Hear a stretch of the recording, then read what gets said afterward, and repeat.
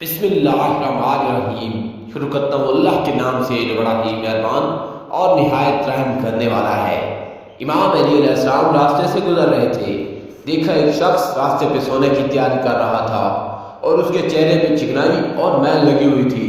تو بس امام علی علیہ السلام قریب گئے اور فرمانے لگے، اے بندہ خدا، یاد رکھنا سونے سے پہلے اپنے چہرے اور ہاتھوں کو صحیح طریقے سے دھو لینا، کیونکہ جو انسان رات کو چہرہ دھو کے نہیں سوتا تو شیطانی جن اس انسان کے چہرے کو چاٹتے رہتے ہیں اور یوں اس انسان کو ڈرانے خواب اور اس کے دماغ میں وہم اور محض خیالات پیدا ہوتے ہیں۔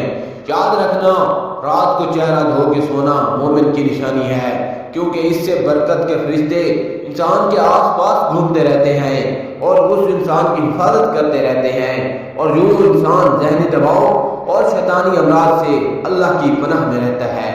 سبحان اللہ۔